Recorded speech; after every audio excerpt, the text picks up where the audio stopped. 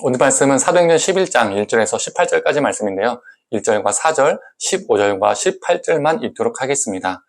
유대에 있는 사도들과 형제들이 이방인들도 하나님의 말씀을 받았다함을 들었더니 베드로가 예루살렘에 올라갔을 때에 할례자들이 비난하여 이르되 네가 무할례 집에 들어가서 함께 먹었다니, 베드로가 그들에게 이 일을 차례로 설명하여 내가 말을 시작할 때 성령이 그들에게 임하시기를 처음 우리에게 하신 것과 같이 하는지라. 내가 주의 말씀에 요한은 물로 세례를 베풀었으나 너희는 성령으로 세례를 받으리라 하신 것이 생각나노라.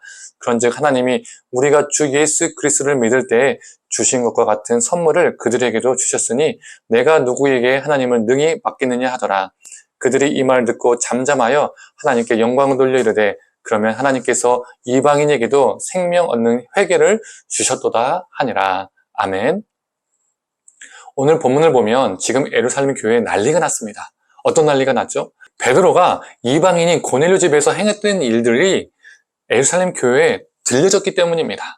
사마리아에 복음이 전해진 것까지 용납했던 이 예루살렘 교회가 이번 일에는요 강하게 반발했습니다. 사마리아 사람들은 어떤 사람들입니까? 유대인들이 더럽게 여겼던 사람들이었습니다. 왜 더럽게 여겼죠? 이스라엘 피와 이방인의 혼혈의 피가 섞였던 혼혈인이었습니다. 순수 이스라엘 사람이 아니었죠. 그래도 그들은 이스라엘의 피가 섞여 있었잖아요. 그래서 사마리아인들은 유대인들이 더럽다라고 여겼던 사람들이었지만 그래도 같은 뿌리를 가지고 있었기 때문에 같은 피가 섞여 있었다는 명분이 있었다는 거예요. 그래서 받아들일 수 있었습니다. 그런데 고넬료는 100% 다른 피입니다. 100% 다른 혈통이죠. 스데반 사건 이후로 핍박을 피해 믿는 사람들이 곳곳으로 퍼졌고 복음이 이방 땅에도 전해진 것은 맞지만 이방 땅에 있는 유대인에게 전해진 것이죠. 그런데 고넬료는 완전히 다르죠. 100% 이방인입니다. 어제 아침 묵상에서 언급했던 것처럼 성령은 하나님 나라는 오직 이스라엘에게만, 즉 유대인에게만 해당되었던 것이었습니다. 그리고 유대인 출신 초대교회 성도들은 율법, 즉 정결법을 여전히 중시했습니다. 정결법의 핵심은 단절과 분리입니다. 베드로는 고넬료와 단절과 분리를 했어야 되는데 고넬료와 함께 교제했죠. 그러니 예루살렘 교회가 화가 난 거예요. 난리가 난 거예요. 베드로 때문에 충격을 받았습니다. 베드로는 예루살렘 교회에 그 당시 상황을 설명했습니다. 주님께서 자신에게 환상을 나타내신 것, 고넬료 집에서 있었던 일들을 상세히 설명합니다. 그리고 15절에 이렇게 말하죠. 내가 말을 시작할 때 성령이 그들에게 임하시기를 처음 우리에게 하신 것과 같이 하는지라.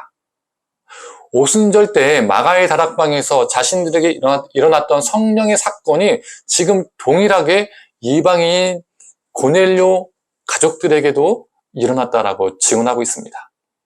그리고 이미 성령 세례를 받았는데 그 사람들에게 물 세례를 금한다는 것은 말도 안 된다. 그래서 우리가 그들에게 세례를 주었다라고 베드로는 설명하고 있습니다. 그리고 17절에 그는 이렇게 선언합니다. 그런즉 하나님이 우리가 주 예수 그리스도를 믿을 때 주신 것과 같은 선물을 그들에게도 주셨으니 내가 누구에게 하나님을 능히 맡겠느냐. 베드로의 이 선언은 하나님의 역사를 특정 장소와 대상으로 제한시키고자 하는 인간의 그릇된 태도에 대한 반성을 촉구하는 말씀입니다.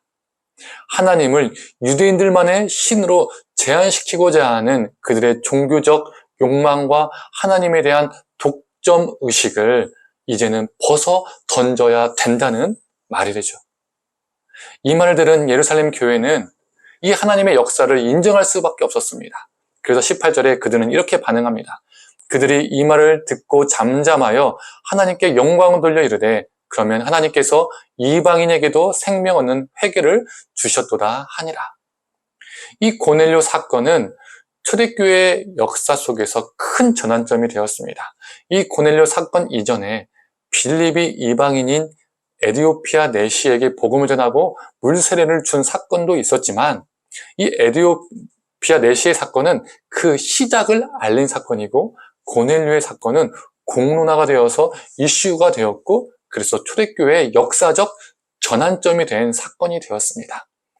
하나님의 백성이라는 정체성은 성령을 통해 구분되며 이는 기독교와 유대교를 구분짓게 만드는 중요한 전환점이 된 것이죠. 혈통을 떠나 할례받지 않은 이방인도 기독교 공동체에 들어올 수 있다는 전환점이 된 것입니다. 예루살렘 교회는 처음에는 충격을 받았지만 하나님의 역사를 인정할 수밖에 없었습니다. 이렇게 우리 하나님은 그들의 자기 중심적인 경계를 허무시며 새로운 역사를 만들어 가셨습니다.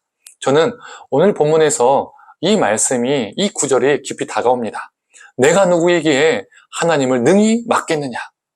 우리는 하나님의 역사를 우리의 사고와 생각으로, 우리 경험으로, 우리의 돈과 힘으로, 우리의 직분으로 어떠한 것으로도, 우리의 어떠한 무엇으로도 막을 수 없습니다.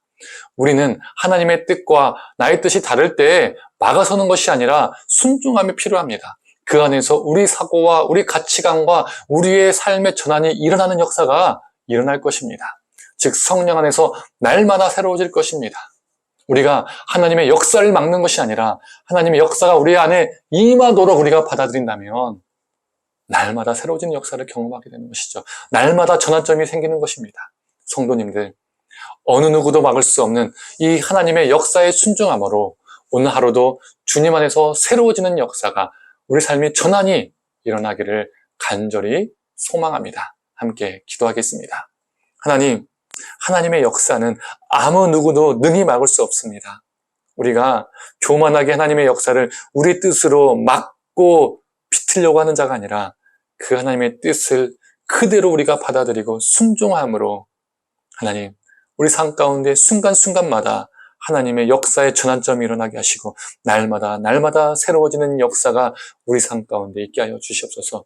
오늘도 능히 막을 수 없는 하나님의 역사가 우리 삶 가운데 넘쳐나게 하여 주시옵소서. 감사드리며 사랑에 많으신 예수님의 이름으로 기도드립니다. 아멘.